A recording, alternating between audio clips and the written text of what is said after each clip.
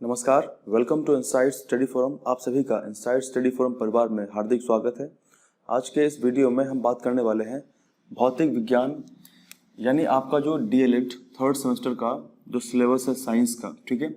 तो उसमें हम आज बात करेंगे फिजिक्स में, भौतिक विज्ञान में जो आपका चैप्टर है ऊष्मा,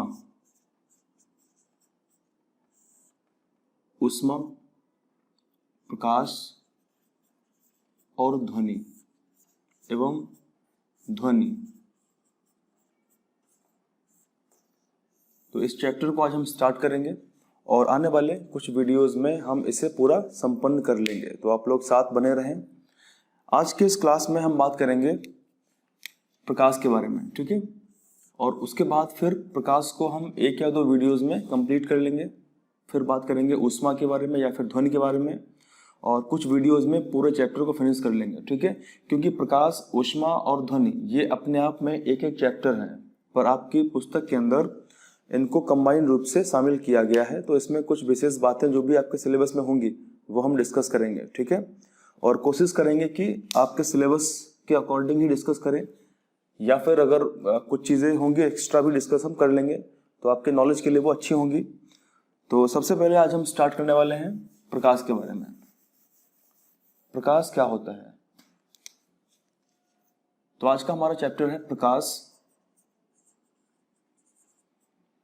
जिसे हम लाइट कहते हैं। प्रकाश को हम लाइट कहते हैं।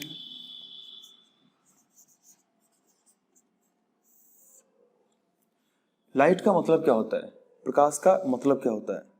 देखिए, प्रकाश की वजह से हम प्रत्येक वस्तु को देख पाते हैं।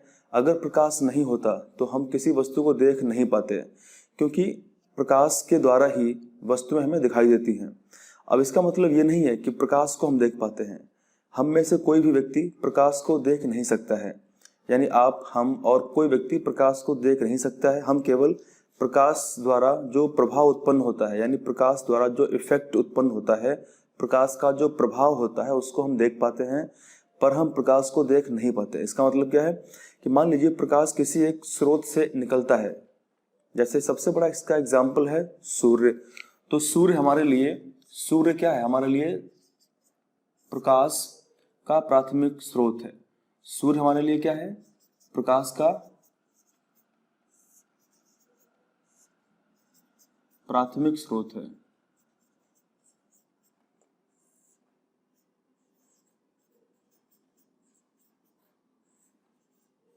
तो सन हमारे लिए प्राइमरी सोर्स ऑफ एनर्जी भी है। और प्रकाश का मतलब क्या होता है कि प्रकाश एक प्रकार की ऊर्जा होती है, ठीक है। प्रकाश क्या होती है? एक प्रकार की ऊर्जा होती है। और जैसा हम फील भी करते हैं, जब प्रकाश आता है तो हमें कुछ ऊर्जा का आभास होता है। और इसका सबसे बड़ा एग्जाम्पल क्या है? प्रकाश के द्वारा, यानी प्रकाश की जो ऊर्जा है उससे जो पौधे होते हैं वो अपना भोजन पकाते हैं। सबसे बड़ा इसका एग्जाम्पल क्या है कि जितने भी हरे पौधे होंगे वो सूर्य के प्रकाश में अपना भोजन पकाते हैं, और उसके लिए वो फोटोसिंथेसिस यानी प्रकाश संश्लेषण करते हैं। यानी प्रकाश की उपस्थिति में वो अपने खाद्य पदार्थ का संश्लेषण करते हैं और उससे भोजन पकाते हैं। और फिर हम उस भोजन को इंसान या फिर कोई भी हर्बीवोरस, ध्यान रहे, कोई भी हर्बीवोरस उसको सेवन करता है। और उससे क्या होता है कि सूर्य से जो ऊर्जा पौधे में आई, पौधे से जिस शाकाहारी प्राणी ने उसको खाया उसमें गई, और फिर उस शाकाहारी को किसी मांसाहारी ने खाया उसमें गई, और फिर उस मांसाहारी को जब भी कोई सर्वाहारी खाएगा तो फिर उसमें। तो इस तरीके से प्रकाश से ऊर्जा ट्रांसफर होती रहती है। और खासकर इकोसिस्टम के अंदर, यानी आपके टेट के अंदर एक चैप्टर है इकोसिस्टम, और उसके अंदर लिंडमैन ने पूरा इसको एक्सप्लेन किया है कि किस तरीके से ऊर्जा ट्रांसफर होती है।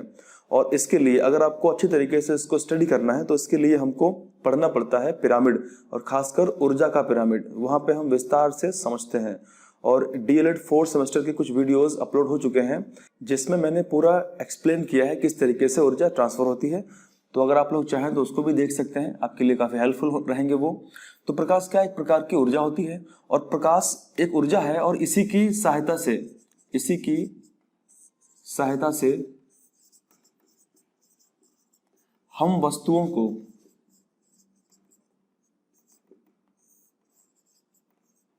देख सकते हैं या यूं कहें देख पाते हैं।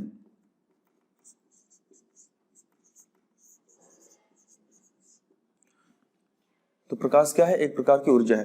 अब यहां पे बात यह आती है कि प्रकाश क्या कोई तरंग भी है? प्रकाश क्या कोई वेव भी है? तो प्रकाश के डुअल नेचर होते हैं, यानी प्रकाश जो होता है वो दो नेचर शो करता है। एक नेचर शो करता है वेव का यानी तरंग का, और दूसरा उसका नेचर होता है, दूसरा उसकी प्रकृति होती है पार्टिकल की। जैसा कि एल्बर्ट आइंस्टाइन ने बताया था, फोटॉन्स के रूप में प्रकाश जो है वो गमन करता है, चलता है। तो प्रकाश के बारे में अगर बात करें, प्रकाश है क्या? प्रकाश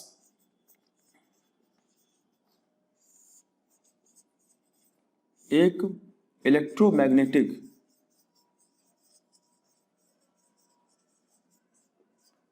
इसको बोलते हैं वैद्युत चुंबकीय इलेक्ट्रोमैग्नेटिक रेडिएशन है। प्रकाश क्या है? एक प्रकार की वैद्युत चुंबकीय विकिरण है, और इसके अंदर यानी प्रकाश के अंदर आपको कई प्रकार के रंग दिखाई देंगे। जो सूर्य से प्रकाश आता है वो कैसा है? वो प्रकाश होता है श्वेत, और उस श्वेत प्रकाश में कई रंग होते हैं। जब श्वेत प्रकाश किसी पारदर्शी प्रिज्म से गुजारा जाता है तो वो 7 रंगों में टूट जाता है, और वो 7 रंग जो होंगे वो आपने सुना होगा विबग्योर, यानी वही होता है इंद्रधनुष। ठीक है, तो उसको भी आगे हम समझेंगे। तो सबसे पहले हम बेसिक सी जरा बात कर लेते हैं कि प्रकाश है क्या। तो प्रकाश क्या है? एक प्रकार का इलेक्ट्रोमैग्नेटिक रेडिएशन है, और एक प्रकार की अनुप्रस्थ तरंग है। कैसी है? अनुप्रस्थ तरंग है।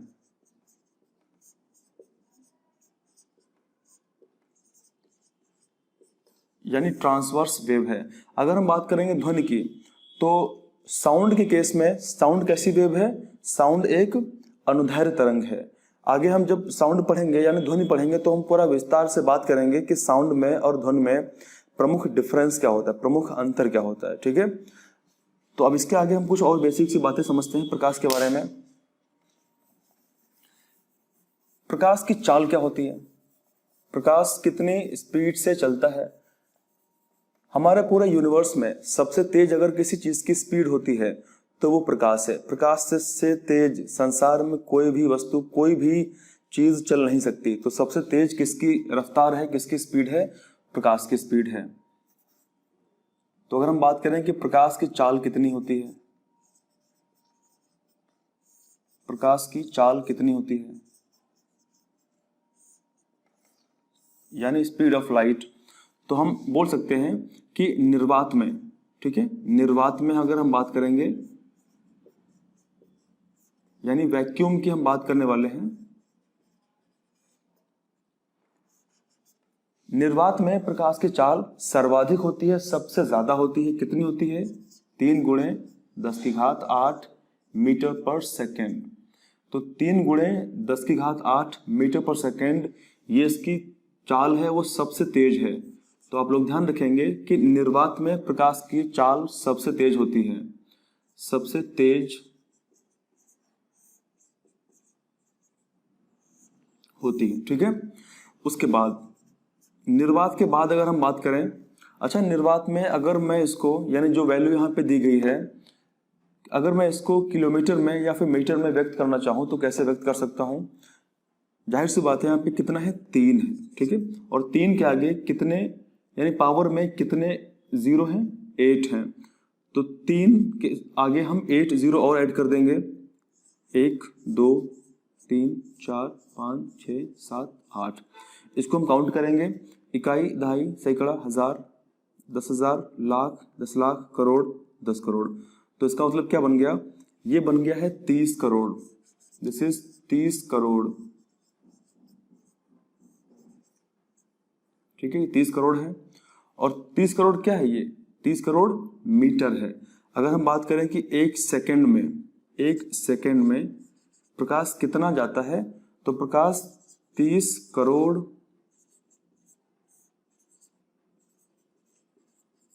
मीटर दूर चला जाता है। तो 1 सेकेंड में प्रकाश 30 करोड़ मीटर दूर चला जाता है, ये प्रकाश है।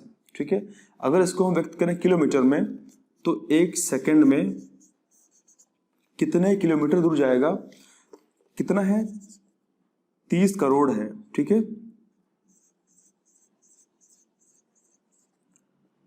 और हम जानते हैं कि 1 किलोमीटर में यानी 1 किलोमीटर इक्वल टू 1000 मीटर। तो 1 किलोमीटर में 1000 मीटर होता है और हमको वैल्यू निकालनी, ये वैल्यू दी है किसमें, ये वैल्यू दी है मीटर में और हमको निकालना है किलोमीटर में।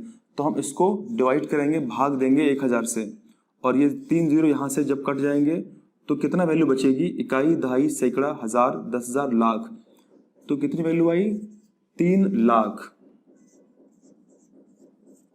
तो 3 लाख क्या है, ये किलोमीटर है। तो हम बोल सकते हैं कि 1 सेकंड में जो प्रकाश है वो कितना दूर चला जाएगा, तो 3 लाख किलोमीटर।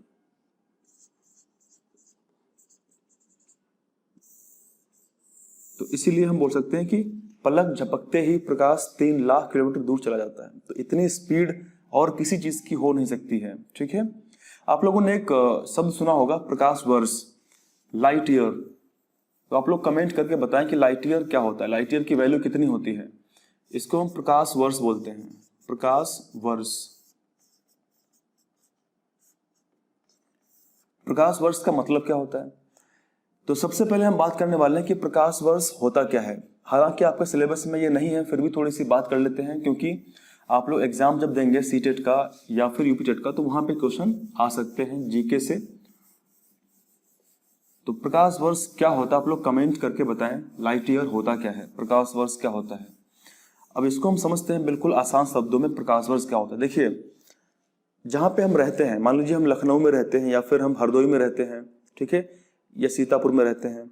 तो अगर हम लखनऊ से सीतापुर या हरदोई की डिस्टेंस अगर हम पता करेंगे तो वो ज्यादा डिस्टेंस नहीं है, वो डिस्टेंस बहुत कम है। तो उसको हम, यानी उस डिस्टेंस को हम डिफाइन करने के लिए, व्यक्त करने के लिए हम इस्तेमाल करेंगे किलोमीटर, ठीक है। अगर डिस्टेंस ज्यादा और होगी तो हम यूज कर सकते हैं माइल्स, जिसको मील कहते हैं। जैसे यहाँ से अगर हम बात करें यूएसए, इंडिया से जो अमेरिका है, यूएसए है, वो कितना दूर है, तो कुछ माइल, कुछ 1000 माइल दूर होगा, ठीक है। और जैसे ही डिस्टेंस ज्यादा बढ़ जाती है तो फिर किलोमीटर और माइल में अगर हम व्यक्त करेंगे उस वैल्यू को, उस डिस्टेंस को, तो बहुत ज्यादा हमको वैल्यू ध्यान में रखनी पड़ेगी। तो हम करते क्या हैं, स्पेस में यानी अंतरिक्ष में जितने भी आकाशीय पिंड हैं, तो अगर वो बहुत ज्यादा डिस्टेंस पे हैं तो हम वहां पे लाइट ईयर शब्द का इस्तेमाल करते हैं। और खासकर जब हम बात करते हैं सितारों की, जब हम बात करते हैं स्टार्स की, तो वहां पे हम प्रकाश वर्ष का ही उपयोग करते हैं, ठीक है। तो प्रकाश वर्ष का मतलब क्या होता है, प्रकाश द्वारा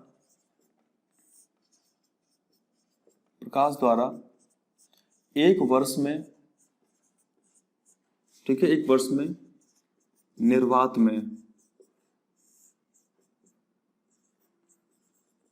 तय की गई दूरी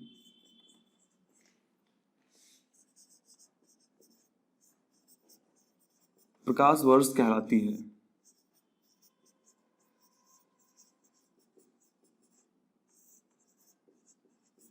तो हम सिंपली समझ सकते हैं कि मान लीजिए एक कोई स्टार है, ये ठीक है, कोई सितारा है, और ये स्टार क्या होते हैं, स्टार जो होते हैं वो एक प्रकार के ल्यूमिनस ऑब्जेक्ट होते हैं, यानी प्रकाश को छोड़ने वाले पिंड होते हैं जो लगातार लाइट को एमिट करते रहते हैं, प्रकाश छोड़ते रहते हैं।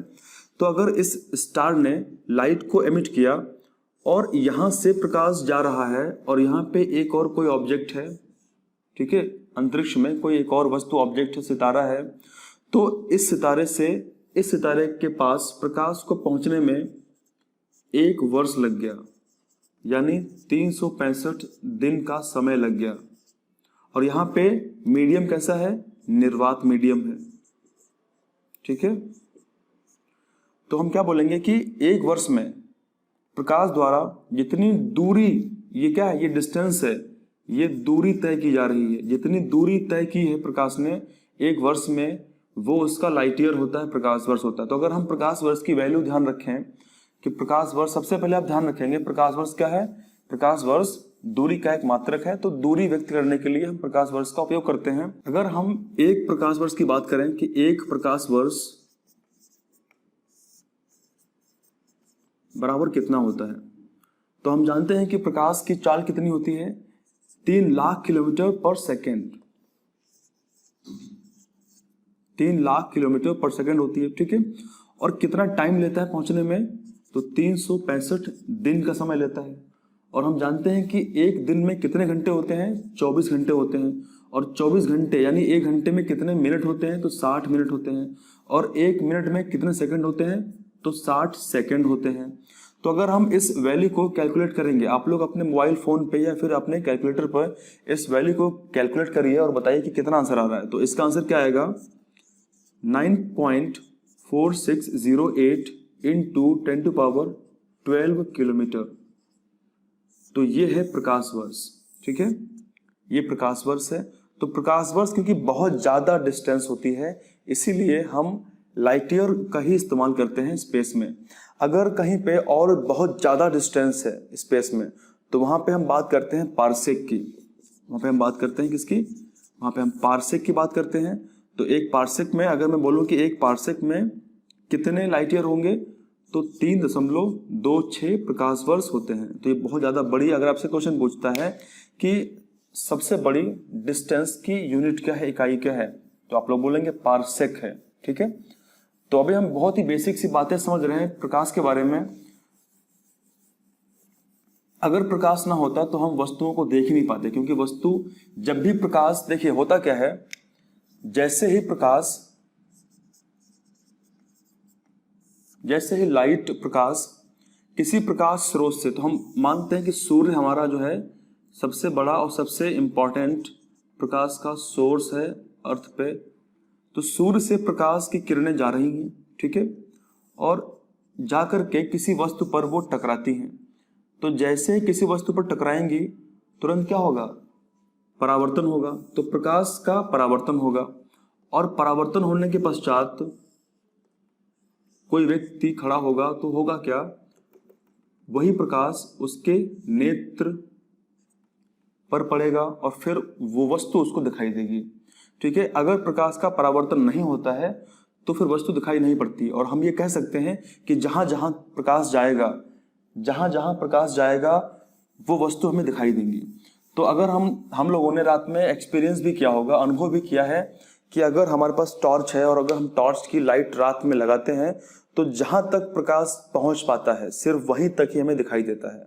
अगर प्रकाश आगे तक नहीं पहुंच पा रहा है तो हमें आगे का दृश्य दिखाई नहीं देता है। तो सिंपल सी बात है, प्रकाश के परावर्तन से ही हम वस्तुओं को देख पाते हैं, ठीक है। आगे विस्तार से हम बात करेंगे प्रकाश के परावर्तन के बारे में। अब जरा बात करते हैं कि प्रकाश के स्रोत कौन कौन से होंगे। तो प्रकाश के जो स्रोत हैं वो दो तरीके से हम डिफाइन कर सकते हैं। प्रकाश के स्रोत की अगर हम बात करेंगे, सोर्स ऑफ लाइट की बात करेंगे, तो दो तरीके से इसको हम डिफाइन कर सकते हैं। जैसे पहला होता है प्राकृतिक स्रोत, और दूसरा होता है कृत्रिम स्रोत।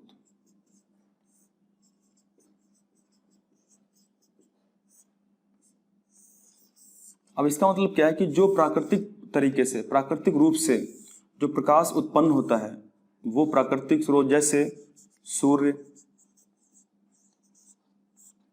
या फिर, अब सूर्य एक प्रकार का सितारा होता है परंतु हमारे बहुत पास में है, इसीलिए अधिकतम इसका प्रकाश अर्थ पे आता है। सूर्य है या फिर अन्य सितारे होंगे, ठीक है, अन्य सितारे होंगे। इसके अलावा अगर बात करें तो जुगनू भी हो सकता है, क्योंकि जुगनू भी क्या करता है प्राकृतिक रूप से, अभी क्योंकि गर्मी आने वाली है तो आप लोगों को जुगनू बहुत दिखाई देने वाले हैं। जुगनू विशेष प्रकार के इंसेक्ट होते हैं, कीड़े होते हैं, जो जिनके अंदर कुछ केमिकल रिएक्शन होती है, उस वजह से वो लाइट एमिट करते हैं, ठीक है। अगर हम बात करें ओशियंस के अंदर, तो समुद्र में कुछ ऐसी मछली भी होती हैं जो समुद्र में लाइट को एमिट करती हैं। तो वो चलती हैं तो कुछ इस तरीके से वो लाइट प्रकाश को एमिट छोड़ते हुए जाती हैं। तो ऐसा हमको प्रतीत होता है कि प्रकाश उत्पन्न हो रहा है। अगर बात करें हम कृत्रिम की, जैसे लैंप है, ठीक है, लैंप है, या फिर उसके अलावा बल्ब है या मोमबत्ती है। तो इस तरीके से जो प्रकाश हमको कृत्रिम रूप से जो प्रकाश उत्पन्न होता है वो हम बोलते हैं कि कृत्रिम स्रोत है, और जो प्राकृतिक रूप से होता है वो प्राकृतिक स्रोत होता है। अभी हमने बात कर ली कि प्रकाश की चाल कितनी होती है और किस किस मीडियम में। तो सबसे पहले हमने बात की थी वैक्यूम में, और आप लोग ध्यान रखेंगे कि वैक्यूम में ही यानी निर्वात में ही प्रकाश की चाल सबसे ज्यादा होती है। अगर हम बात करें अन्य माध्यम में प्रकाश की चाल कितनी होती है, तो अन्य माध्यम की अगर हम बात करें,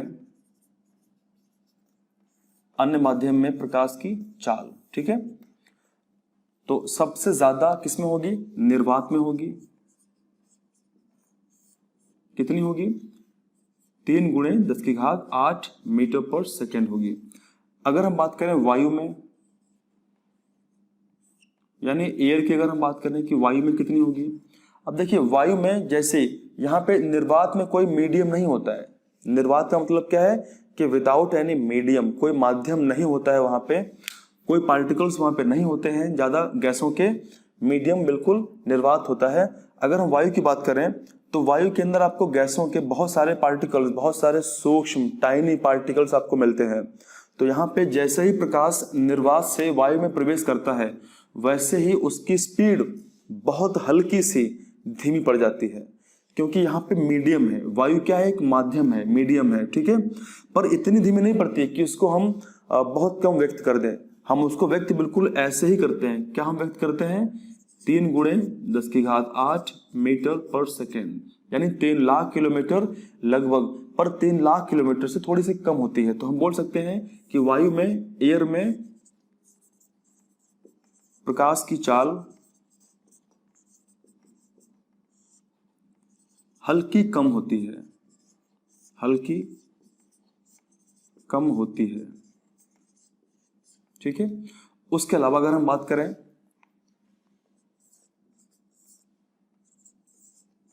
अगर हम बात करें पानी में, यानी जल में या वारी में या तोय में या अम्बु में या नीर में, ये सारे जल के पर्यायवाची हैं, तो इसमें कितनी होगी, 2.25 × 10⁸ मीटर पर सेकेंड इसकी स्पीड होगी, ठीक है।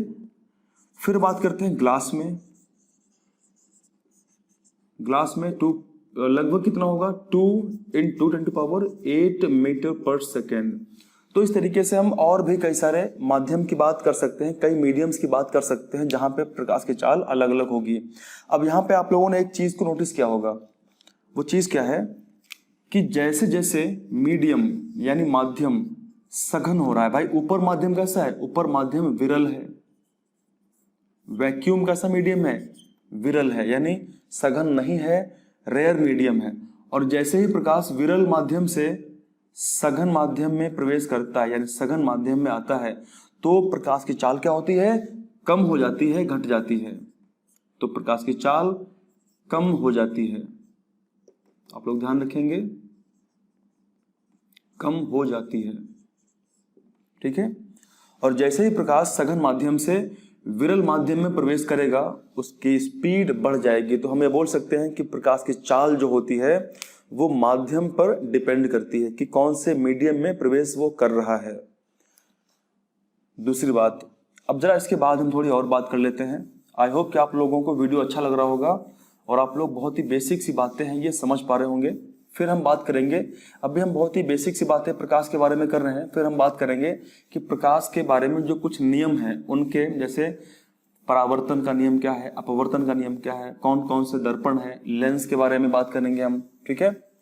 उसके बाद थोड़ी सी बात और हम कर लेते हैं, जैसे मान लीजिए अगर हम बात करें प्रकाश पुंज के बारे में कि प्रकाश पुंज क्या होता है, इसको बोलते हैं beam of light, beam of light, ठीक है, प्रकाश पुंज। हालांकि हम खाली बीम भी बोल सकते हैं, तो इसका मतलब पुंज होता है। अच्छा एक चीज आप बताओ, प्रकाश सूर्य से पृथ्वी तक कितने देर में पहुंच जाता है? सूर्य से प्रकाश जब अर्थ पे आता है तो कितना समय ले लेता है? आप लोग कमेंट करके बताइए कि कितना टाइम ले लेता है। और चांद का प्रकाश, चंद्रमा का प्रकाश पृथ्वी पर आने में, चांद का प्रकाश अर्थ तक पहुंचने में कितना टाइम ले लेता है? आप लोग कमेंट करके बताइए। तो इसका बहुत ही सिंपल सा आंसर होगा कि सूर्य का प्रकाश, देखिए सूर्य हमसे, मान लीजिए ये हमारी पृथ्वी है, ये हमारी पृथ्वी है, और जो सूरज है वो हमसे बहुत दूर है, ठीक है। सूरज की और पृथ्वी के बीच की जो डिस्टेंस है, दूरी है, वो कितनी? लगभग 15 करोड़ किलोमीटर है। 15 करोड़ किलोमीटर है। और जो चंद्रमा है, मून, ये सन है और ये मून है। ठीक है, मून की जो दूरी बहुत ज्यादा नहीं है, बहुत कम डिस्टेंस है। कितना है? मून की डिस्टेंस पृथ्वी से लगभग 3,84,400 किलोमीटर है। ठीक है, और हम जानते हैं कि प्रकाश की चाल कितनी होती है? 3 लाख किलोमीटर पर सेकंड होती है। तो इतनी ज्यादा डिस्टेंस को ट्रेवल करने में प्रकाश लगभग 8 मिनट और 20 सेकेंड का समय ले लेगा। तो हम बोल सकते हैं कि लगभग 8 मिनट और 20 सेकेंड में सूरज से प्रकाश पृथ्वी तक पहुंच जाता है। ठीक है, अगर हम इसको बात करें सेकेंड में कि कुल कितने सेकेंड का समय लेता है, तो हम बोल सकते हैं मोटा मोटा कि लगभग 500 सेकेंड टाइम ले लेता है। ठीक है, प्रकाश, सूर्य का प्रकाश अर्थ तक पहुंचने में। अगर हम बात करें कि मून का प्रकाश अर्थ तक कितनी देर में पहुंचता है, तो हम एक बेसिक सी बात समझते हैं कि ऐसे सभी पिंड जो प्रकाश को उत्सर्जित करते हैं उनको हम बोलते हैं ल्यूमिनस ऑब्जेक्ट, यानी दीप्ति पिंड बोलते हैं। ठीक है, जैसे अब दीप्ति पिंड मैंने अभी आपको बताया कि आर्टिफिशियल या फिर नेचुरल हो सकते हैं।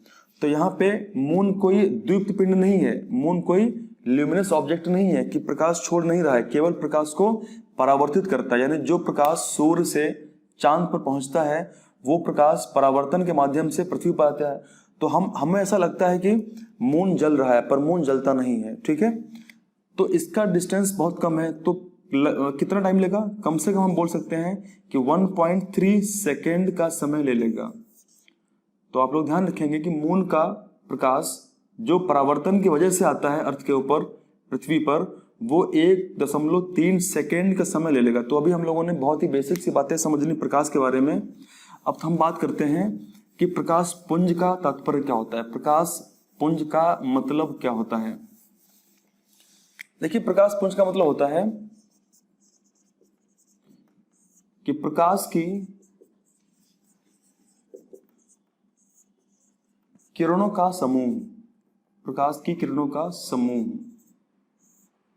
ठीक है, देखिए जहां पे प्रकाश की किरण अगर होगी, एक तो वो किरण है, रे है। मान लीजिए प्रकाश की एक किरण है, क्या है ये? प्रकाश की एक किरण है, एक ये रे है। और अगर ऐसे कई समूह होंगे, 1 है, 2 है, 3 है, 4 है, अगर ऐसे कई समूह होंगे तो हम उसको बोलते हैं प्रकाश पुंज। वो प्रकाश का बीम है, प्रकाश का पुंज है। ठीक है, अच्छा, प्रकाश पुंज अगर मान लीजिए प्रकाश की जो किरणें हैं वो आपस में समांतर पे हैं, आपस में समान अंतर पे हैं, यानी आपस में पैरेलल हैं, तो हम इसको बोलेंगे प्रकाश का समांतर पुंज। तो ये प्रकाश का समांतर पुंज कहलाएगा। ठीक है, अच्छा, अगर हम समझते हैं कि मान लीजिए किसी एक पॉइंट से प्रकाश अलग अलग दिशाओं में फैल रहा है, किसी एक पॉइंट से प्रकाश अलग अलग दिशाओं में फैल रहा है, तो हम इसको क्या बोलते हैं? अच्छा, फैलने को क्या बोलते हैं? फैलने को हम बोलते हैं डाइवर्जिंग, मतलब वो फैल रहा है, डाइवर्ज हो रहा है। अगर वो कन्वर्ज होता तो एक पॉइंट पे आके मिल जाता, एक फोकस बनाता। अब यहाँ पे क्या हो रहा है कि पॉइंट से प्रकाश ऐसे फैल रहा है, तो जब फैलेगा तो हम इसको क्या बोलते हैं? हम इसको बोलते हैं अपसारी पुंज। तो ये प्रकाश का अपसारी पुंज कहलाता है, प्रकाश का डाइवर्जिंग बीम कहलाती है। अगर मान लीजिए कि सारा प्रकाश किसी एक पॉइंट पे आके मिल रहा है, ठीक है, किसी एक पॉइंट पे आके मिल रहा है, यहां पे हमने क्या देखा कि पॉइंट से फैल रहा है, दूर जा रहा है, और यहां पे एक पॉइंट पे आके मिल रहा है। तो हमें ये समझ में आ रहा है कि यहाँ पे हम बात कर रहे हैं किसकी? कन्वर्जन की। यहाँ पे कन्वर्जिंग हो रहा है, यानी प्रकाश आके मिल रहा है। तो यहाँ पे हम क्या बोल सकते हैं कि जो प्रकाश एक पॉइंट पे आके मिल रहा है ये अभिसरित हो रहा है, तो इसको बोलते हैं अभिसारी। क्या बोलते हैं इसको? अभिसारी प्रकाश पुंज। तो इस तरीके से हम समझ सकते हैं प्रकाश पुंज क्या होता है। तो आई होप कि आप लोग समझ गए होंगे प्रकाश पुंज के बारे में, प्रकाश पुंज क्या होता है। अब हम बात करते हैं इसके जस्ट आगे कि कौन कौन से बेसिक से नेम हमें समझने हैं। ठीक है,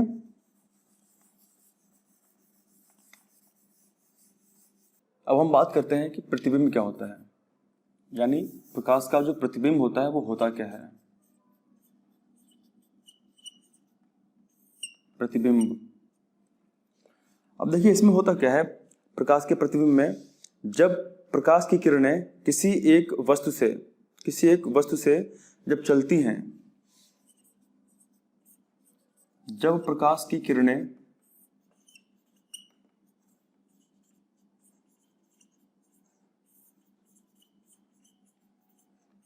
किसी वस्तु से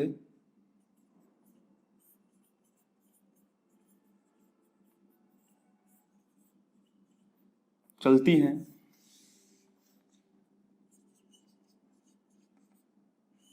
और दर्पण से परावर्तित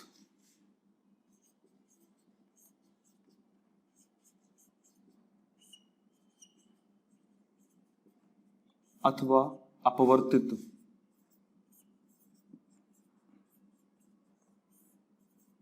होकर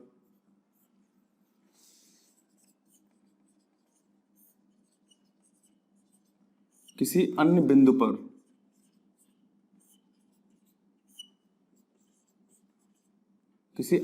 पर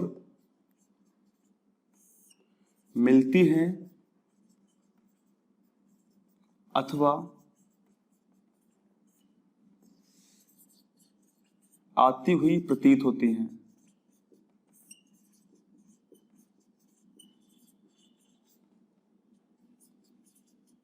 तब वह बिंदु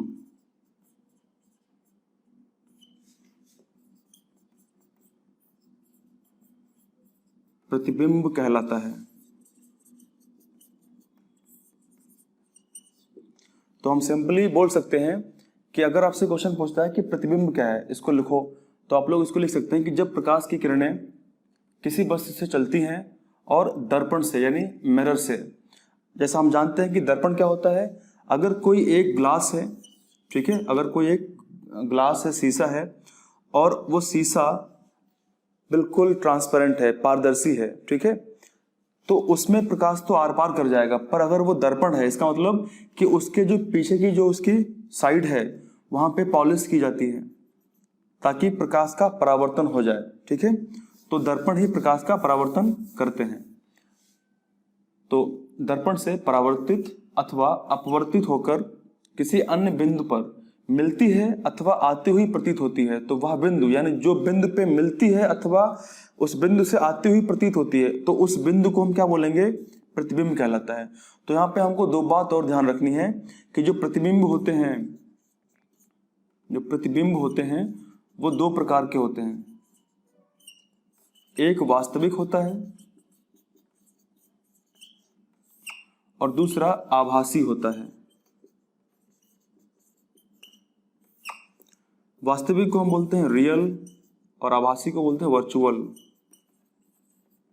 ठीक है, रियल वो होता है, यानी रियल वास्तविक प्रतिबिंब वो होता है जो पर्दे पे हम जिस चीज को प्राप्त कर सकते हैं। अगर कोई ऐसा इमेज है, कोई ऐसा प्रतिबिंब है जिसको हम पर्दे पे प्राप्त कर सकते हैं, तो वास्तविक होता है। और आभासी क्या होता है कि पर्दे पे प्राप्त हम उसको नहीं कर सकते हैं, परंतु हमको वो प्रतिबिंब दिखाई देता है, पर वो पर्दे पे प्राप्त नहीं हो सकता है, तो उसको हम बोलते हैं आभासी। जैसे मैं अगर आपसे बोलूं कि अगर मेरे पास में कुछ कॉइन्स हैं, कुछ सिक्के हैं, और मैं आपको सिक्के दे दूं, तो वो सिक्के क्या है, वो रियल हैं, क्योंकि वास्तविकता में वो चीज है। अगर मैं आपसे बोलूं कि मेरे पास में कुछ बिटकॉइंस है या मेरे पास में कोई किसी प्रकार की क्रिप्टो करेंसी है, और आप मुझसे बोलें कि मुझे लाओ, तो क्रिप्टो करेंसी वो वर्चुअल है, वो है तो, पर वो फिजिकल नहीं है, वो रियल नहीं है, वो वर्चुअल है। ठीक है, तो इस तरीके से हम समझ सकते हैं कि प्रतिबिंब दो प्रकार के होते हैं। अगर हम इसमें एक बहुत ही बेसिक सा अंतर समझें कि इसमें डिफरेंस क्या होता है, अगर आपसे क्वेश्चन एग्जाम में पूछ लेता है कि वास्तविक और आभासी प्रतिबिंब में अंतर लिखिए, तो यहाँ पे हम 2-3 अंतर की बात अभी कर लेते हैं। तो आज का वीडियो में हम अंतर के बाद में फिर इसको यहीं पे समाप्त करेंगे, और इसके बाद अगले वीडियो में हम बात करेंगे जितने भी इसके नियम हैं, जैसे परावर्तन का नियम होता है और कई सारे नियम के बारे में बात करेंगे। अब हम बात करते हैं कि वास्तविक और आभासी प्रतिबिंब में अंतर क्या होता है। तो वास्तविक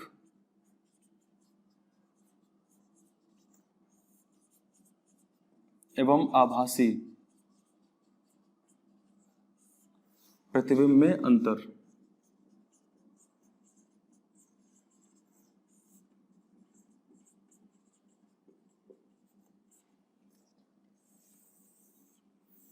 तो यहाँ पे ज़्यादा नहीं, हम केवल 2-3 अंतर की बात करेंगे और उतना ही आपके लिए इनफ है, क्योंकि अगर आपके लघुत्तरी प्रश्नों में प्रश्न आ गया कि वास्तविक और आभासी प्रतिबिंब में अंतर लिखिए, तो आप अगर 2-3 अंतर लिख के आएंगे तो वो इनफ रहेगा। ठीक है, तो एक तरफ हम बात करते हैं सबसे पहले वास्तविक के बारे में।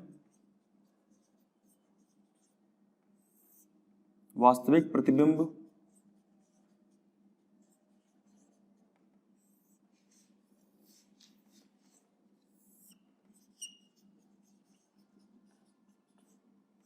आभासी प्रतिबिंब।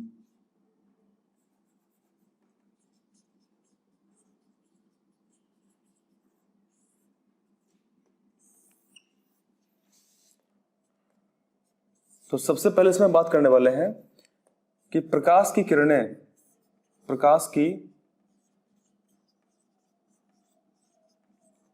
किरणें जब परावर्तित अथवा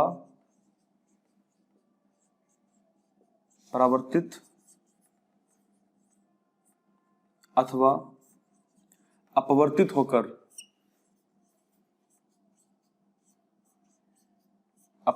होकर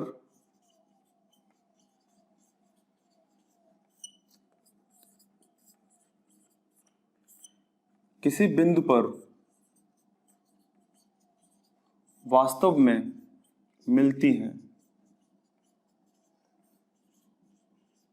तो उस प्रकार से जो प्रतिबिंब बनता है उसको हम वास्तविक कहते हैं। इसका मतलब क्या है कि प्रकाश की किरणें जब परावर्तित अथवा अपवर्तित होकर किसी बिंदु पर वास्तव में मिलेंगी, तो उस प्रकार से बने जो प्रतिबिंब होता है उसको हम बोलते हैं वास्तविक प्रतिबिंब।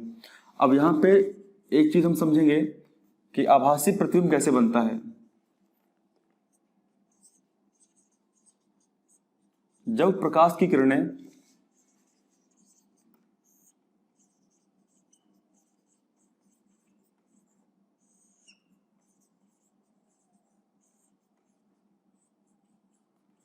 परावर्तित अथवा अपवर्तित होकर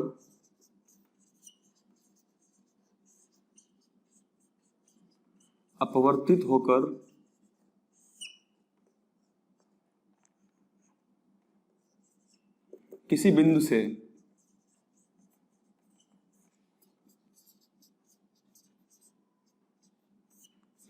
से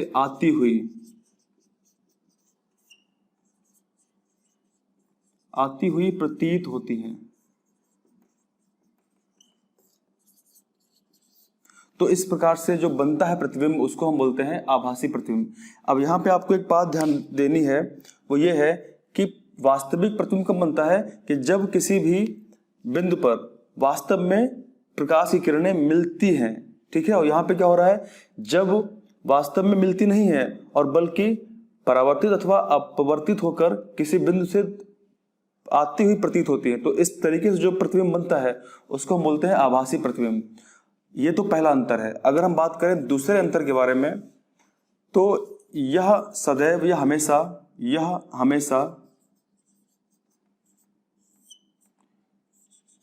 उल्टा बनता है।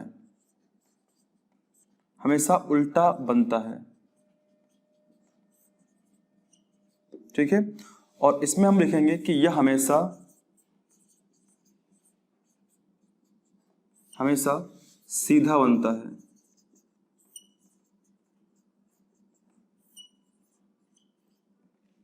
ठीक है, यह हमेशा सीधा बनता है।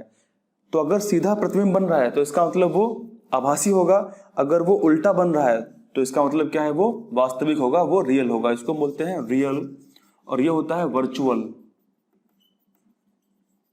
ठीक है, वर्चुअल रियल होता है। इसमें अंतर एक ये होता है, अगर हम समझे बिल्कुल आसान तरीके से, कि मेरे पास ये मार्कर है, मेरे हाथ में मार्कर है, ये वास्तविकता में मेरे पास में है। ठीक है, अगर मेरे पास ये मार्कर वास्तविकता में नहीं है तो ये वर्चुअल है। जैसे मान लीजिए कि अगर मेरे पास में कुछ कॉइन्स हैं, कुछ सिक्के हैं जो मेरे हाथ में है तो वास्तविकता में है, वो रियल है।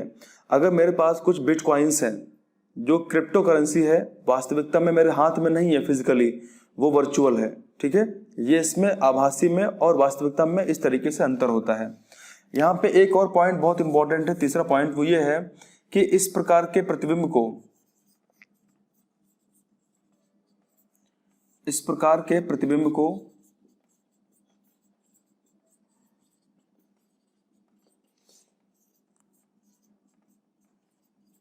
पर्दे पर प्राप्त किया जा सकता है।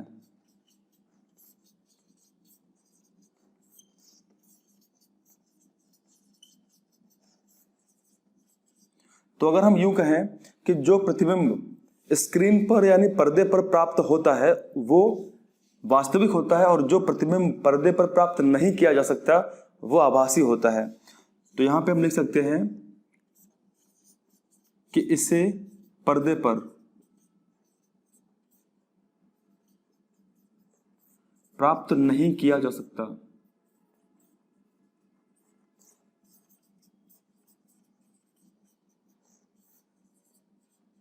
ठीक है, अगर यहां पे एग्जाम्पल लेके समझे हम, अगर कुछ उदाहरण की अगर हम बात करें तो जैसे मान लीजिए, मैं यहां पे लिखता हूं, जैसे मान लीजिए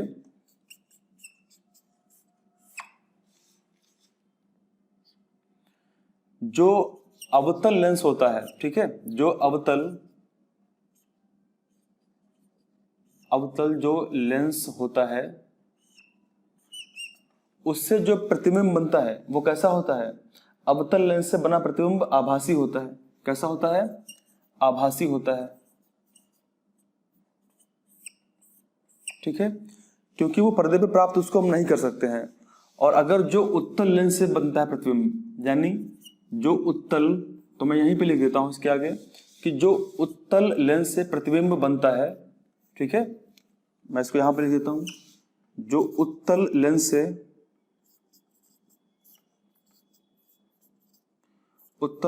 से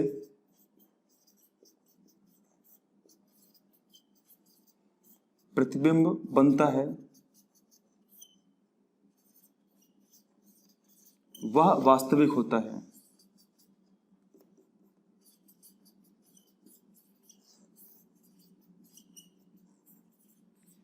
और इसका सबसे अच्छा एग्जाम्पल हमारी नेत्र, हमारी आंखें हैं।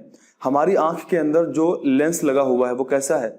वो उत्तल है कि अवतल है? आप लोग कमेंट करें, वो उत्तल है कि अवतल है? वो उत्तल लेंस है, वो कॉन्वेक्स लेंस है। ठीक है, तो हमारे नेत्र में, हमारी आंखों में जो लेंस लगा है वो कॉन्वेक्स है, वो उत्तल है। इसीलिए जो इमेज हम देखते हैं वो हमको वास्तविकता में दिखाई देती है। आप लोग मुझे देख रहे हैं तो मैं वास्तविकता में हूं। ठीक है, यानी जो इमेज हम देखते हैं स्वयं वो वास्तविकता में बनती है, क्योंकि हमारे आंखों में उत्तल लेंस लगा हुआ है। ठीक है, अगर हमारे आंखों में उत्तल लेंस ना लगा होता और अवतल लगा होता, कॉनकेव लगा होता, तो हम आभासी प्रतिबिंब देख पाते। ठीक है, तो आज के वीडियो में यहीं तक हम बात करेंगे। इसके आगे आने वाले वीडियो में हम बात करेंगे किस तरीके से प्रकाश का परावर्तन होता है, और समतल दर्पण क्या होता है, और गोलीय दर्पण क्या होता है। तो ऐसे कई और टॉपिक्स हम बात करेंगे। जो भी आपके सिलेबस में चीज़ें होंगी वो हम सारी विस्तार से बात करेंगे। Thank you very much. अगर आपको वीडियो अच्छा लगा हो तो अपने दोस्तों को ज़रूर शेयर करें, और कमेंट अवश्य करें कि आपको वीडियो कैसा लगा हो। तो कमेंट के माध्यम से बताएं कि आपको वीडियो कैसा लगा। तो उसके बाद फिर आगे हम और कंटिन्यू करेंगे इस वीडियो को, और लगातार आपका पूरा सिलेबस हम कंप्लीट करेंगे। ठीक है, thank you very much. Thank you, thanks a lot. जय हिंद।